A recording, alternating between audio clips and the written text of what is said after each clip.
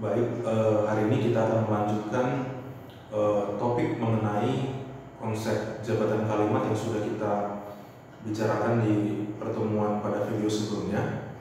Nah, Abang pernah bilang bahwasanya konsep jabatan kalimat ini banyak fungsi untuk kalian gunakan di dalam menjawab soal-soal yang berhubungan dengan itu. Nah, salah satunya adalah konsep mengenai materi kalimat baku. Ya, menurut Abang, ini adalah salah satu teori yang sering sekali muncul di soal-soal kedinasan seperti Akpol atau Akmil. Nah, jadi intinya kalau kalian sudah mengerti mengenai konsep menentukan subjek predikat O1, O2, atau O3, itu akan sangat membantu kalian untuk menjawab pertanyaan mengenai kalimat baku. Nah, tidak usah berlama-lama lagi, kita coba langsung saja untuk membahas konsep tentang kalimat baku. Nah, jadi intinya kalau disebut kalimat baku itu adalah kalimat yang minimal mempunyai dua jabatan. Ya, yang pertama adalah subjek. Ya, harus ada subjeknya. Ini yang pertama, harus ada subjek. Kemudian yang kedua adalah harus ada predikatnya. Nah, apabila objek tidak ada, objek ada, keterangan tidak ada, atau keterangan ada, itu tidak mempengaruhi. Ya. Yang terpenting adalah subjek dan predikat ini dia harus ada di dalam satu bentukan kalimat itu, baru dia disebut nanti kalimat yang baku. Ya.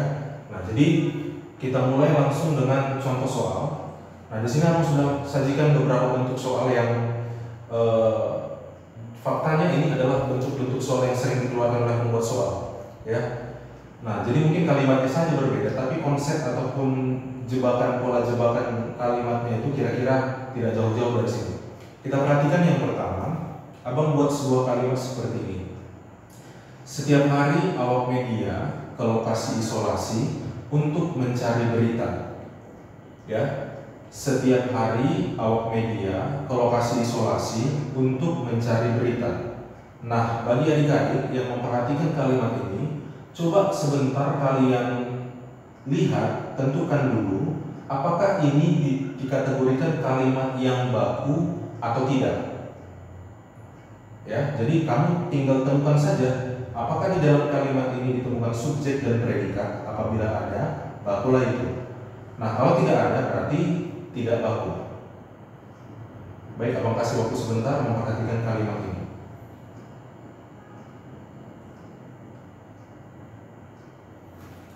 Ya, mungkin ada yang mengatakan ini baku ataupun ini tidak baku. Baik, apapun itu, intinya kalian harus benar menentukan mana subjek dan predikat. Terkadang soal-soal itu disajikan seperti baku padahal tidak baku, atau kadang seperti tidak baku padahal dia baku, kan begitu. Ya, begitulah sepertinya. Nah, jadi kalimat ini kalau ditanya ini baku atau tidak, jawabannya kalimat ini adalah kalimat yang tidak baku. Kalimat ini tidak memiliki, atau maksud Abang tidak lengkap subjek predikatnya. Kemungkinan ada yang hilang. Nah, coba kita cek masing-masing. Yang pertama, kata atau kelompok kata setiap hari ini adalah keterangan waktu. Ya, perhatikan ya. Oke, baik. Adakah subjek di sini? Ada. Coba kita cek. Cara mencari subjek di pertemuan sebelumnya adalah apa atau siapa? Siapa? Jawabnya adalah awak media. Inilah subjeknya. Nah, ke lokasi ini jabatannya apa ya? Nah, perhatikan di sini sudah ada kata tugas ke. Ya, ini sebagai preposisi atau kata depan. Berarti dia menunjukkan keterangan. Ke lokasi isolasi berarti ini adalah keterangan tempat. Nah, begitu.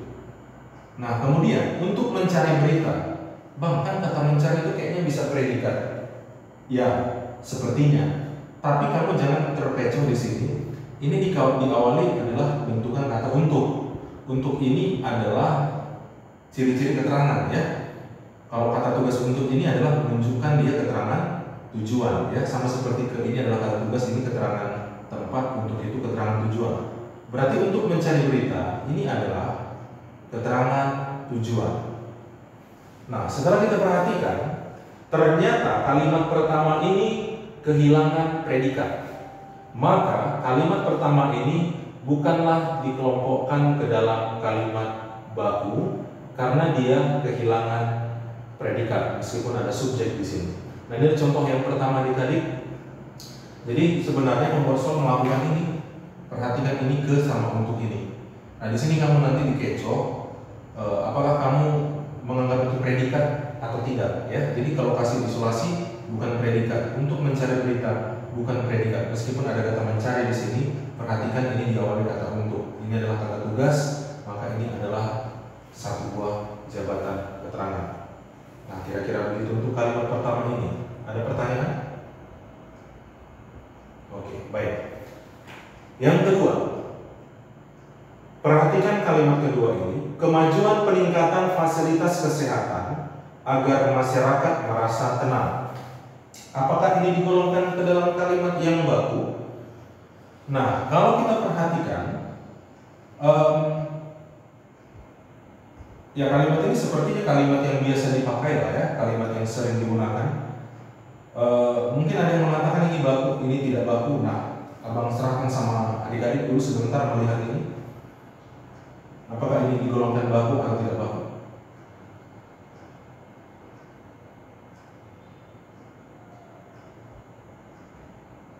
Baik, kamu pasti ada fokus ke kata agar, ya. Memang benar, kita harus perhatikan kata agar ini. Ini adalah kata tugas, berarti ini adalah ciri-ciri keterangan kan, begitu ya. Tapi kita perhatikan dulu. Rumus subjek, apa atau siapa? Siapa? Tidak ada. Apa agar masyarakat merasa tenang?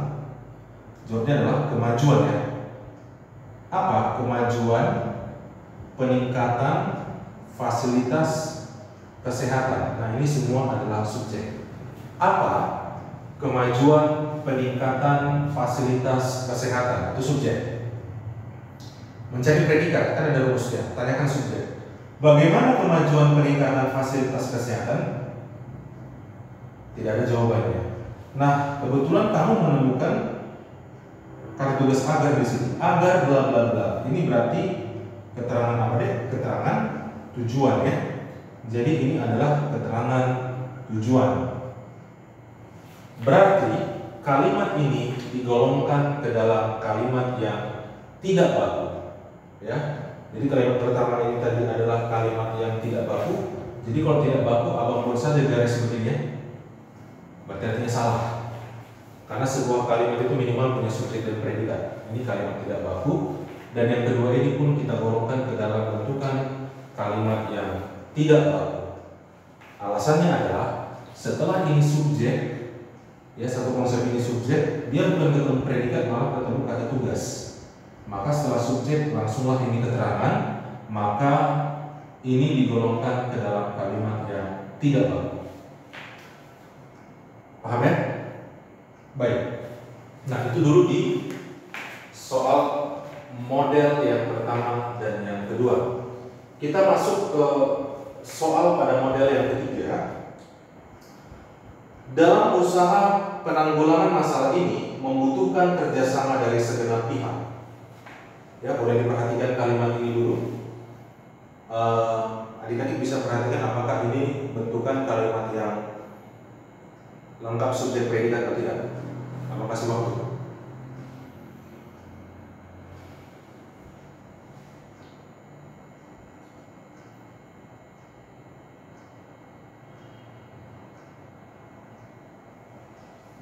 Oke, ya baik.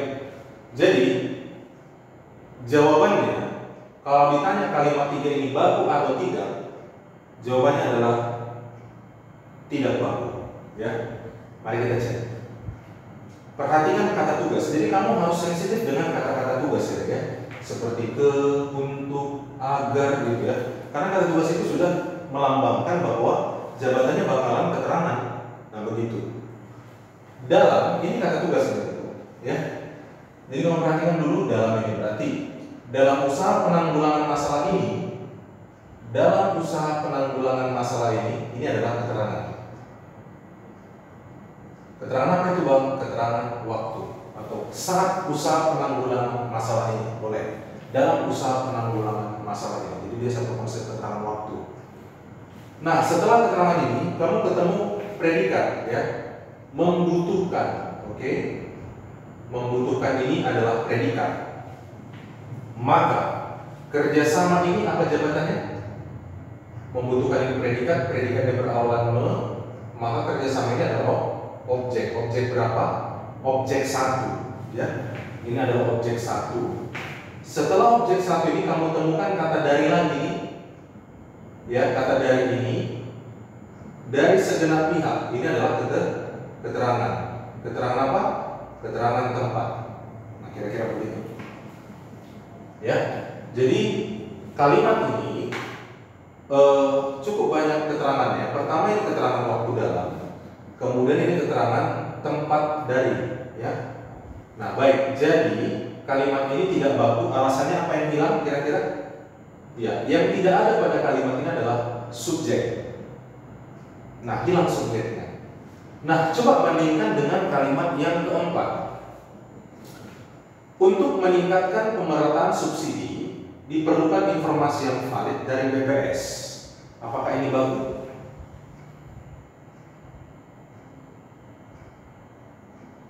Ya, bagaimana? Sudah ya? Jadi, jawabannya ini adalah kalimat yang baku. Mari kita cek ya. Yang pertama, kamu temukan kata untuk di sini. Kata tugas bang, ya sama dengan kalimat yang di atas. Sebenarnya pola kedua kalimat ini adalah sangat mirip. Kamu bisa perhatikan nanti apa bedanya. Untuk, berarti ini keterangan tujuan ya. Untuk meningkatkan pemerataan subsidi, ini adalah keterangan tujuan. Nah, kira-kira gitu. Sama dengan kalimat yang sebelumnya. Dalam bla bla bla bla, ini keterangan waktu, ini keterangan tujuan. Sama-sama keterangan ya. Bedanya ini dalam, ini untuk, sama-sama kedua kalimatnya diawali kata tugas. Nah, bedanya adalah setelah keterangan ini langsung ditemui predikat ya. Membutuhkan ini di predikat, diperlukan ini pun predikat. Cuman bedanya adalah pada kata diperlukan ini predikatnya berawalan apa deh? Berawalan di. Sementara tadi ini berawalan apa? Me, ya. Me itu aktif, di itu pasif, itu aja bedanya. Nah, setelah keterangan tujuan, diperlukan ini adalah predikat. Oke, baik. Nah, baik, lanjut. Informasi yang valid. Oke, informasi yang valid, ini apa jabatannya? O2 kah? Tidak. Mungkin kamu pikir, ya bang, ini O2 dong. Ini kan me, maka ini O1. Kalau ini di, maka ini O2. Salah? Bukan. Ini bukan O2, meskipun ini di, ini bukan O2. Maka jawabannya apa Pak? Maka jawabannya ini adalah subjek. Nah begitu. Kita lanjut dulu. Dari BPS ini keterangan lagi ya. Kenapa keterangan bang? Keterangan tempat ini yang ya, ini keterangan tempat karena dari itu adalah kata tugas. Jadi perhatikan kata-kata tugas ini deh. Untuk keterangan, dari keterangan, gitu. Dari keterangan, dalam keterangan. Jadi sebenarnya keterangan itu kan sudah salah satu masalah lah ya dalam sebuah kalimat, karena kita kan butuhnya subjek dan predikat, kita nggak butuh keterangan. Nah, jadi kamu mungkin berpikir apa bedanya? Kenapa di sini bang setelah membutuhkan ini O1, kenapa setelah diperlukan ini bukan O2, malah ini jadi subjek? Nah, kira-kira begitu. Nah, untuk menjawab itu, perhatikan rumusan berikut. Ya, ini ada hal penting yang mau sampaikan, bahwa secara teori dalam sintaksis ilmu kalimat, apabila kalimat kita berawal keterangan dan setelah itu ketemu predikat, perhatikan predikatnya. Kalau dia pasif, di atau ter, maka temannya nanti setelah itu bukan objek, bukan objek dua, justru temannya subjek. Nah, kira-kira begitu. Contoh sederhananya misalnya begini. Di sini menerima anak kos. Ini kalimat pertama, kamu coba bandingkan dengan kalimat yang kedua. Di sini diterima anak kos. Kedua kalimat ini mirip, ya, sangat mirip, tapi berbeda. Di sini ini kita sepakat bahwa ini adalah keterangan tempat, ya, sama juga dengan di sini pada ini kalimat kedua ini adalah keterangan tempat. Nah, setelah keterangan ini kata menerima, setelah keterangan ini di sini kata diterima. Perbedaannya adalah ini ini di. Ini aktif, ini pasif. Nah, ternyata jabatan anak kos ini adalah objek 1 dan anak kos di sini walaupun sama katanya ini bukan objek 2 tapi dia adalah subjek. Coba kalau kita masuk ke dalam bentukan rumusan subjek ya. Subjek itu rumusnya apa atau siapa? Coba kita aplikasikan di sini. Yang di bawah dulu. Siapa diterima di sini? Jawabnya anak kos. Bagaimana anak kos diterima? Di sini keterangan tempat. Jadi anak kos diterima di sini. Boleh ya? Boleh. Bang, ini pun boleh subjek lah. Coba kita tes apakah memang benar ini boleh subjek. Siapa menerima di sini? Anak kos. Nggak bisa deh. Jadi kalau misalnya dikatakan anak kos menerima di sini, ini bukan subjek. Ini justru objek. Nah, kira-kira begitu. Ya. Jadi, kenapa ini jadi subjek? Karena kita kembali ke rumusan subjek yang di pertemuan pertama. Apa atau siapa? Siapa diterima di sini? Anak kos. Jadi bisa deh anak kos diterima di sini. Nggak bisa anak kos menerima di sini. Berarti ini bukan subjek, ya. Jadi perhatikan teori berikut. Kalau kalimat kita berawalan keterangan setelah itu ketemu predikat, usahakan predikatnya itu pasif, berawalan di atau ter. Oke? Ya, oke, baik. Nah, berarti kalimat nomor ketiga ini adalah kalimat yang tidak baku, sementara yang keempat ini adalah kalimat yang baku. Nah, kita lanjut ke pola soal yang kelima. Ada fasilitas kesehatan yang belum dibenahi di daerah ini. Apakah ini kalimat yang dilengkapi dengan subjek dan predikat? Perhatikan sebentar.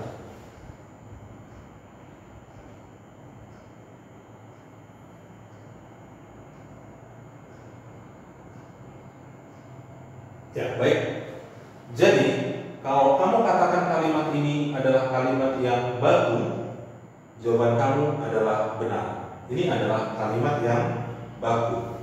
Kita masukkan kembali rumusnya. Jadi kan kembali ke jabatan lagi kan. Apa yang ada? Fasilitas kesehatan yang belum dibenahi. Itulah subjeknya itu. Jadi kalau kamu temukan kata yang di sini, ya ini hanya perluasan dari kalimat atau kata yang sebelumnya. Jadi yang itu adalah perluasan dari fasilitas kesehatan. Jadi ini tidak boleh kamu lepas dan kamu patahkan menjadi satu predikat, bukan ya? Fasilitas kesehatan yang belum dibenahi itu adalah subjek. Bagaimana fasilitas kesehatan yang belum dibenahi? Jawabnya adalah ada. Loh, ada itu predikat Bang? Iya. Karena agak panjang mungkin kamu bingung. Kalau misalnya ada kalimat, ada uangku, misalnya. Jabatannya ini apa? Apa yang ada? Uangku. Bagaimana uangku? Ada. Jadi adalah jabatan kalimat yang baku, ya. Meskipun terbalik predikat mendahului subjek, nanti dikatakan itu bentuk kalimat inversi. Nanti ada saatnya kita bicarakan bentuk kalimat itu, ya. Jadi ada fasilitas yang belum benahi adalah kalimat yang baku. Nah, kemudian di daerah ini kamu sudah temukan kata tugas ini, berarti ini adalah keterangan tempat. Ya. Kalau pikir pola yang seperti ini hati-hati. Nah, jadi tidak ada atau ada di awal kalimat nanti dia kata ada atau tidak ada, itu adalah predikat dan teman yang sebelah itu adalah subjek. Ya. Oke. Baik, kita lanjut ke model yang terakhir, yang keenam. Perhatikan kalimat begini. Karena situasi yang belum kondusif, maka masyarakat diimbau untuk tidak keluar rumah. Apakah kalimat ini kalimat yang baku? Boleh kamu perhatikan? Nah, dari bentukan kalimat ini, kalau kita perhatikan, ini mungkin bentukannya sepertinya ya kalimatnya ya benar gitu ya. Ya kayaknya Bang lengkap lah Bang, subjek dan predikatnya ada kata belum, masyarakat, itu kayaknya subjek diimbau. Perhatikan. Dari awal kita bicara bahwa sebuah kata tugas itu adalah ciri-ciri dari keterangan. Kamu temukan di sini kata karena. Nah, berarti karena situasi yang belum kondusif itu adalah keterangan sebab. Alasannya kata karena. Setelah itu kamu temukan kata maka, ya. Kamu temukan lagi kata tugas maka. Maka masyarakat diimbau untuk tidak keluar rumah. Maka itu nanti jabatannya adalah keterangan akibat. Keterangan sebab ini adalah keterangan akibat. Jadi kalimat ini seperti baku padahal tidak baku. Alasannya apa?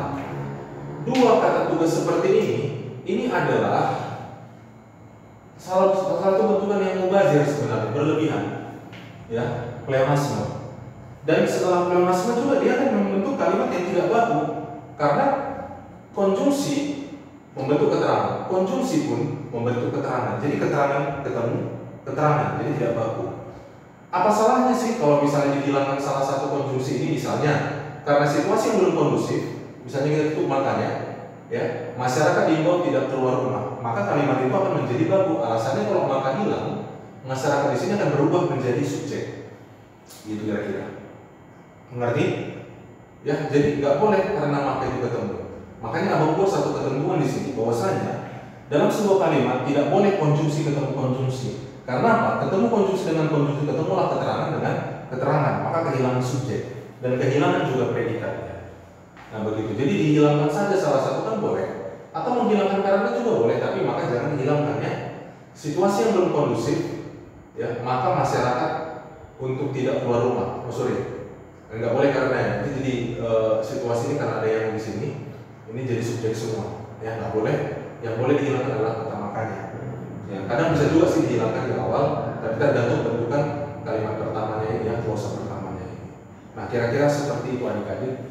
Jadi, abang mau simpulkan demikian, bahwasanya kalau kamu menjumpai soal-soal bentukan kalimat baku, yang pertama kamu harus peduli, care dengan yang namanya kata tugas. Hati-hati dengan kata tugas seperti ini, ya. Jadi kata tugas ini kadang-kadang kita anggap jadi predikat. Tidak. Kata tugas itu tidak boleh, tidak pernah jadi predikat. Itu akan selalu membentuk keterangan. Itu yang pertama. Nah yang kedua, kesimpulannya adalah perhatikan kalau kalimatmu itu berawal keterangan, setelah keterangan ketemu predikat.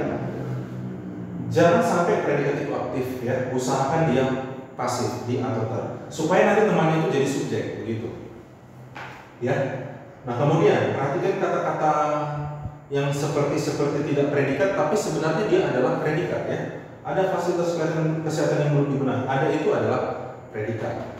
Nah kemudian perhatikan apabila ada kalimat konjungsi bertemu konjungsi, ya, itu kalimat yang pantang, tidak boleh.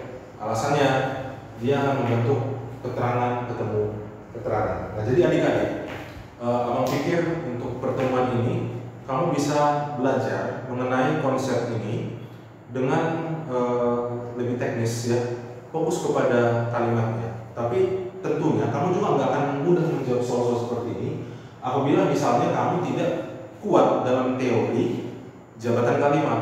Maka video sebelumnya, kalau kamu belum terlalu paham, kamu boleh ulang-ulangin terus dengan membahas banyak-banyak soal, ya, supaya nanti ini bisa kamu kerjakan. Karena menurut abang soal kalimat baku itu adalah soal-soal favorit itu di dalam ujian-ujian, ya, kalimat baku melengkapi subjek dan predikat, ya. Oke, abang pikir video kali ini dulu.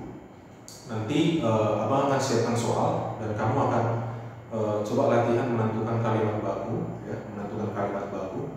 Dan kalau kamu sudah paham konsep-konsep ini, abang pikir soal-soal itu nanti tidak akan sulit pastinya. Ya, jadi kamu tetap belajar di rumah, tetap ya pedulilah gitu kira-kira, ya. Jangan misalnya nih di rumah karena hanya nonton video, tapi kamu pikir nonton video lebih baik, ya, karena kamu bisa berulang-ulang gitu kamu perhatikan. Nah, kamu pikir itu dulu. Tetap semangat dan selamat apa nih? Selamat siang, tapi